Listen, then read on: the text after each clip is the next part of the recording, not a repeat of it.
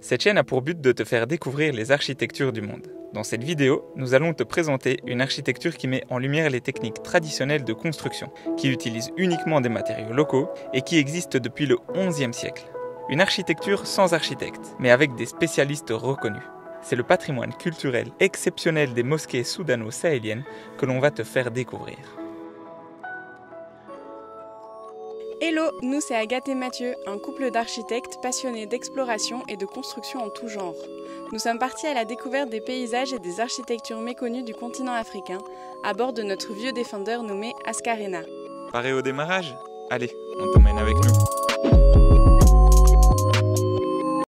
On vient d'arriver dans une petite ville qui s'appelle Kouto. On va visiter une mosquée. On vient d'arriver et juste là, c'est une vieille mosquée en terre qui a été construite ici il y a assez longtemps.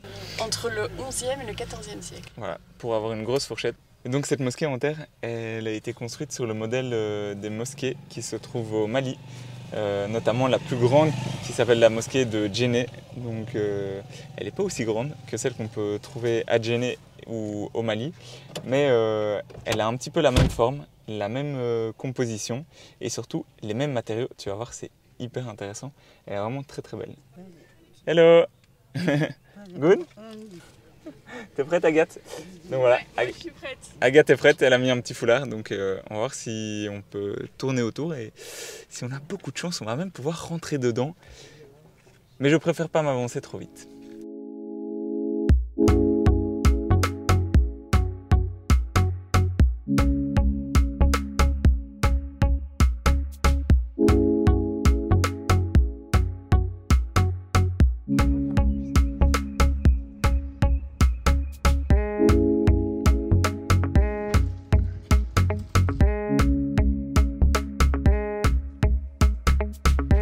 Ok, on a énormément de chance parce qu'on vient de tomber en fait sur la personne qui gère toutes les mosquées de cette région. Donc je pense qu'il va nous donner énormément d'informations. Il connaît beaucoup de choses sur l'architecture en terre, donc je pense que ça va être très intéressant. Et en plus, il vient de nous ouvrir, donc rendez-vous à l'intérieur.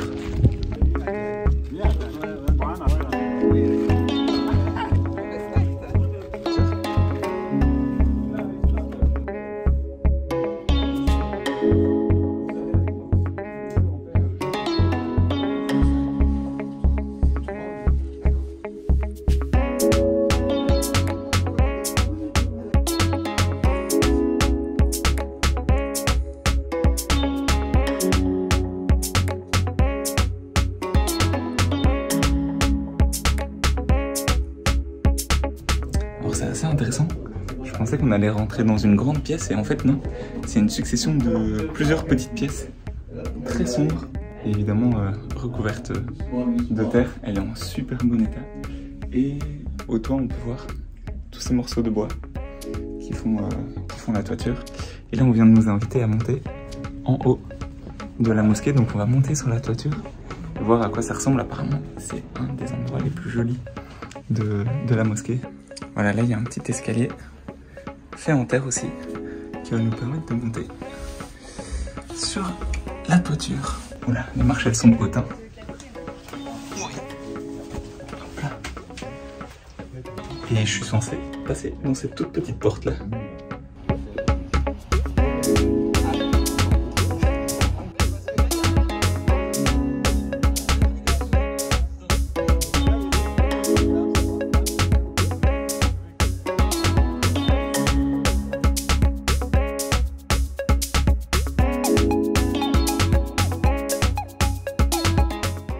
Ailleurs, oui. Les gens ont préféré détruire les anciennes mosquées Oui. et puis construire de nouvelles Tout grandes à fait. mosquées. Au début du siècle, il y avait au moins 300 mosquées. Voilà. Ah, Oui, au nord de la Côte d'Ivoire. Ouais. 300 mosquées comme ça, comme ceci Oui, en oui, terre. oui, parce que c'était ça, les gens construisaient, c'était les lieux de culte musulmans. Et là maintenant, aujourd'hui, on en compte combien Ben oui, encore? aujourd'hui là, officiellement vingtaine. Une vingtaine, Voilà. waouh. Mais voilà, maintenant il y a un travail qu'on est en train de faire. On n'a pas cessé l'inventaire. Donc on va dans les zones plus reculées qui sont difficiles, quelquefois difficiles d'accès. On en découvre. L'UNESCO a demandé des garanties. Vous voulez que ça devienne un bien du patrimoine mondial, d'accord. Mais comment on gère? Quel est le plan de la Côte d'Ivoire pour conserver cela? Donc dans la recherche des solutions, on s'est dit qu'il fallait former des gens.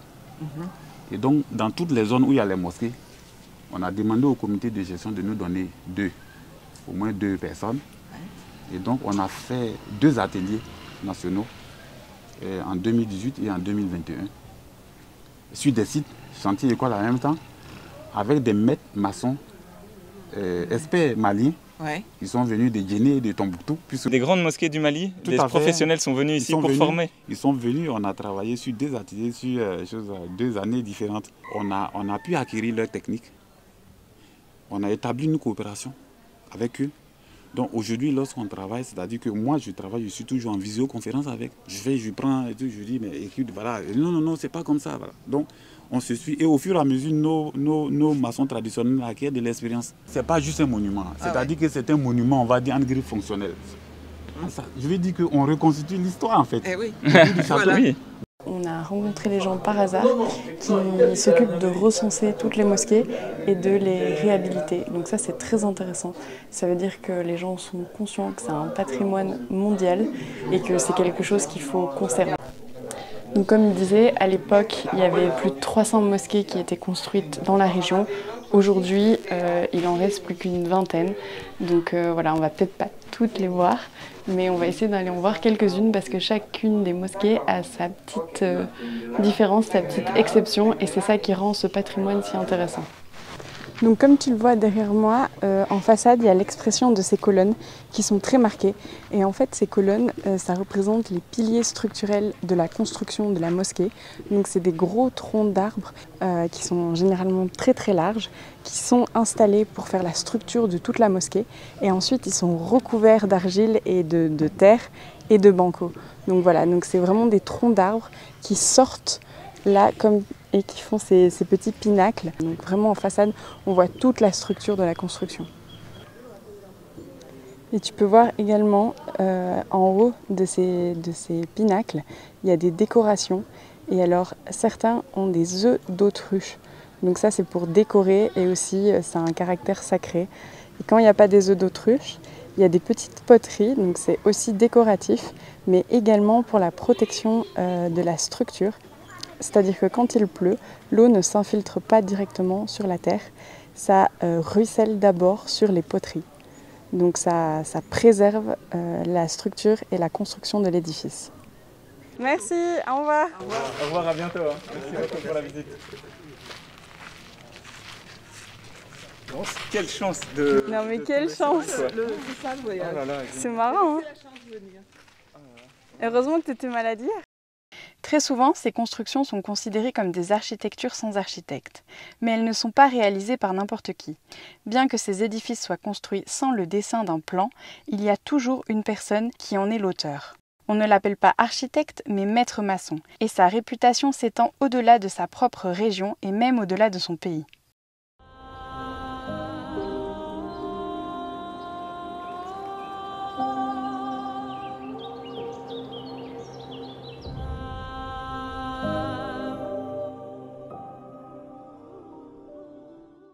La plus grande d'entre elles est sans aucun doute la mosquée de Djenné au Mali. Elle est devenue le symbole de l'architecture soudano-sahélienne. À l'époque coloniale, ce style était l'unique architecture que les colons considéraient comme digne d'intérêt en Afrique. Inscrite à l'UNESCO depuis 1988, la mosquée de Djenné a mis en avant ce patrimoine culturel unique. Un festival a même lieu chaque année autour d'un objectif, la restauration de celle-ci. Malheureusement, la situation sécuritaire du Mali nous empêche d'aller la visiter. Mais heureusement, des mosquées en terre, il n'y en a pas qu'une, mais des centaines à découvrir. On va visiter une autre mosquée un petit peu plus grande. On a décidé de faire pas mal de routes pour aller visiter celle-là. On se trouve dans le gros village ou la petite ville, je ne sais pas trop, de Kong. Et c'est aussi d'ici qu'est originaire le président actuel de la Côte d'Ivoire, donc Alassane Ouattara. Je pense que dans cette ville-village, on devrait voir 2 mosquées. Donc celle-ci, c'en est une première. Elle est très grande, elle est très jolie. Et on va essayer de rentrer dedans. Je pense que ça va être compliqué, mais très certainement, on va pouvoir tourner autour. À voir. Donc les gens la datent entre le 11e et le 14e siècle. Il y en a pas mal dans cette région-ci. dans le nord de la Côte d'Ivoire pour une bonne raison, c'est que c'est une région inévitablement qui est à majorité musulmane. Il y a eu des berbères qui sont venus ici et qui ont islamisé toute une partie de la région parce qu'à la base les gens étaient animistes et l'animisme et la religion musulmane se sont assez bien entendus sur pas mal de points, dont la polygamie. Ensuite, l'islam a perduré dans cette région de la Côte d'Ivoire parce que durant la colonisation, eh bien, les colons sont venus avec leur religion, le christianisme. Et ici, c'était une des régions dans laquelle les gens étaient le plus opposés ouvertement à la colonisation. Et donc, en signe de protestation, ils n'ont jamais voulu changer de religion. Et donc, c'est pour ça qu'encore maintenant, il y a beaucoup de musulmans.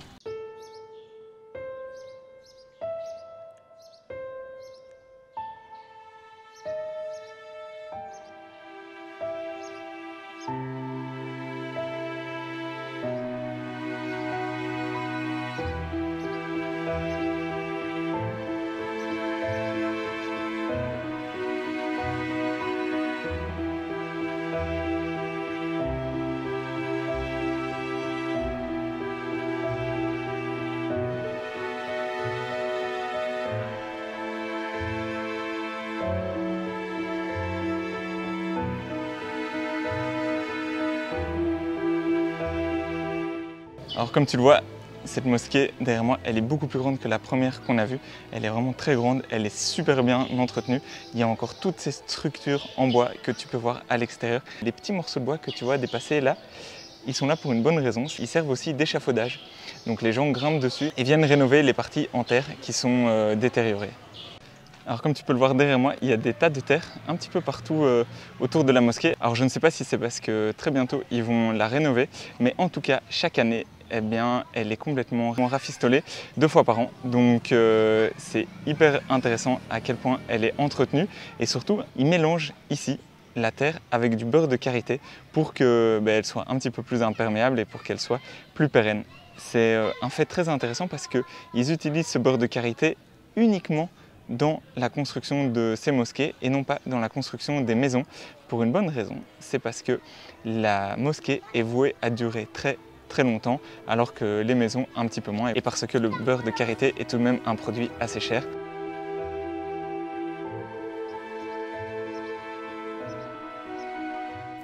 Les 2 matériaux utilisés dans la construction sont la terre et le bois. On distingue plusieurs types de terre qui donnent des allures différentes aux mosquées. La terre noire, rouge, argileuse ou bien la terre des termitières, très appréciée pour son liant présent naturellement grâce à la muscosité collante des insectes. Ce n'est pas rare d'ajouter du beurre de karité, de la sève de plante ou même de la bouse de vache au mélange. Cette dernière crée une réaction chimique utile au durcissement du mortier d'argile. Elle est belle, hein ? Alors, la visite n'est pas finie, on va peut-être pouvoir rentrer dedans. Donc il y a un gars qui nous a dit qu'il allait appeler le gardien et qu'il allait lui demander si on pouvait la visiter. Donc voilà, on essaye de chercher le gardien, mais en tout cas, il y a des portes ouvertes, c'est déjà bon signe. De nouveau dans cette mosquée, on remarque qu'il y a plusieurs portes d'entrée. On ne retrouve pas une porte d'entrée principale, c'est-à-dire que les gens qui utilisent la mosquée savent, en fonction de leur statut, donc très généralement homme, femme ou imam, par quelle porte ils doivent rentrer dans la mosquée pour aller prier. On vient de rentrer à l'intérieur de la grande mosquée, elle est immense, c'est impressionnant. Elle a une hauteur sous plafond qui est tellement plus grande que celle dans lesquelles on a pu rentrer jusqu'à présent, qui était en terre. Elle est vraiment impressionnante.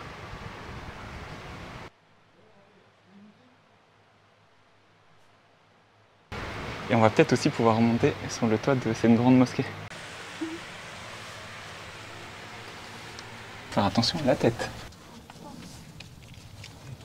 Le gazon et tout. Waouh. Toiture végétalisée, naturellement. Et donc en toiture, on voit toute la structure des murs qui se trouvent en bas. Et ces petits plots là qu'on voit à chaque fois ici et là, en fait ce sont des puits de lumière. Et bon, normalement ils sont ouverts, je ne sais pas pourquoi ils sont recouverts, parce que généralement ils sont tout le temps ouverts et on les recouvre seulement lors de grosses pluies. Et les œufs d'autruche, je pense qu'ils sont faits en bois et pas en blanc.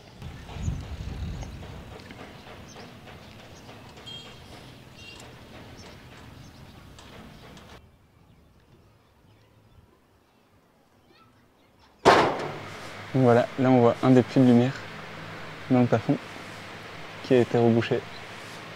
Et donc ça devait amener certainement de la lumière un petit peu partout dans cette mosquée. C'est quand même dommage qu'il ne l'ait pas laissé parce que ça devait donner une ambiance assez jolie. Et donc par terre c'est du sable et il y a un gardien qui constamment est en train de nettoyer le sable pour pas qu'il y ait les traces de pieds en fait.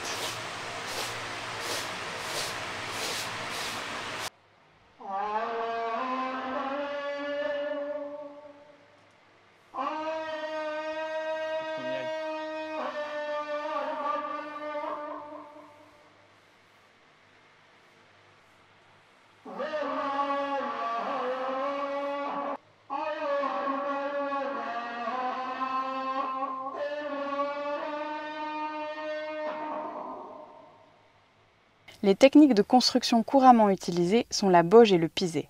Les mosquées que nous visitons en Côte d'Ivoire sont essentiellement réalisées en bauge. Il s'agit de construire un mur avec des boules de terre crues empilées. Et nous voilà à la deuxième mosquée de la ville de Kong. Donc elle est beaucoup plus petite celle-ci, mais par contre il y a un truc qui est impressionnant avec ces deux mosquées par rapport à la première que l'on a vue, c'est qu'elles sont en plein milieu d'un espace clôturé, donc il y a une grande clôture tout autour et ça prouve que la mosquée est encore utilisée. Tout ce qu'il y a de rajouté, en plus de la clôture, c'est ce petit abri là. Il y en avait un autre, même 3 autres, autour de la grande mosquée qu'on vient de visiter, alors que à la toute première mosquée qu'on a vue, eh bien, une nouvelle mosquée avait été construite juste à côté en béton pour accueillir tous les fidèles. Alors que ici, pour accueillir les fidèles, en plus, ils ont simplement fait un petit abri. Et en plus ici, ils ont laissé l'ancienne enceinte. Donc ils l'ont laissé debout, je pense qu'ils doivent aussi l'entretenir. Et après, par la suite, ils ont construit cette toute nouvelle enceinte là, tout autour pour agrandir le périmètre et pour accueillir tous les fidèles évidemment. Et donc cette mosquée aussi, elle demande beaucoup d'entretien au niveau de la façade, de la terre, de la structure. Et même ces morceaux de bois là que tu vois dépasser, ils sont aussi remplacés de temps en temps. Tu les vois juste là derrière moi. Ils ont déjà fait une petite réserve pour les changer bientôt.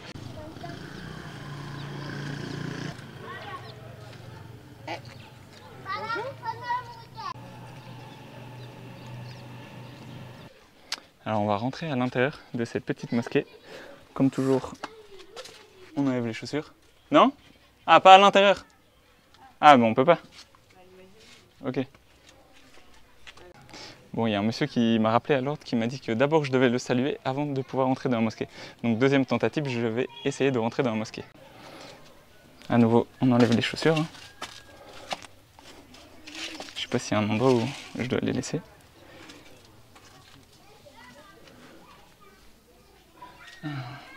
Juste quand on rentre, à droite, il y a l'escalier, je pense qu'il va sur le toit. De nouveau, on voit toute la structure en bois. C'est magnifique, il fait très sombre, mais c'est super beau. Il y a des tapis partout par terre. Waouh! Je pense que c'est la place de l'imam. Il y a toutes les heures de prière. Et donc, de ce qu'on a compris, il y a une place pour l'imam, une rangée pour les hommes, et derrière, ici, c'est la rangée pour les femmes.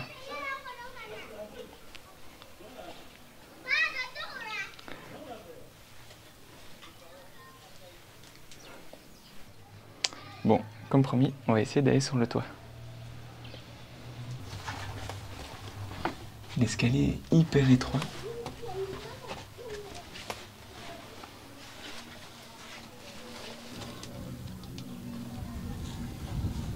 Et voilà, là on voit la toiture, comment elle est réalisée.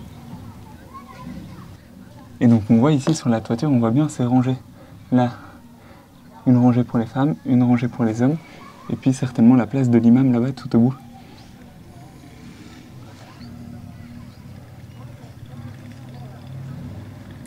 Et on voit aussi sur les pinacles de celle-ci les œufs d'autruche, comme on l'a vu dans la précédente. C'est impressionnant en fait de pouvoir rentrer dans une mosquée aussi vieille. C'est-à-dire que rentrer dans les mosquées souvent c'est assez compliqué et voilà, on le respecte. Ici, eh bien, on avait lu que c'était possible de rentrer dans certaines de ces anciennes mosquées et en fait c'est magnifique. Tu vois vraiment tous ces espaces, tu comprends un petit peu mieux comment fonctionne aussi le bâtiment en lui-même, comment aussi tient le bâtiment. Tu vois tous ces troncs de bois là, au-dessus de moi qui font la structure de la toiture. Et puis tu vois ces gros murs ici, ces épais murs qui font aussi office de structure. Donc tout est en terre et en bois, que des matériaux naturels de nouveau.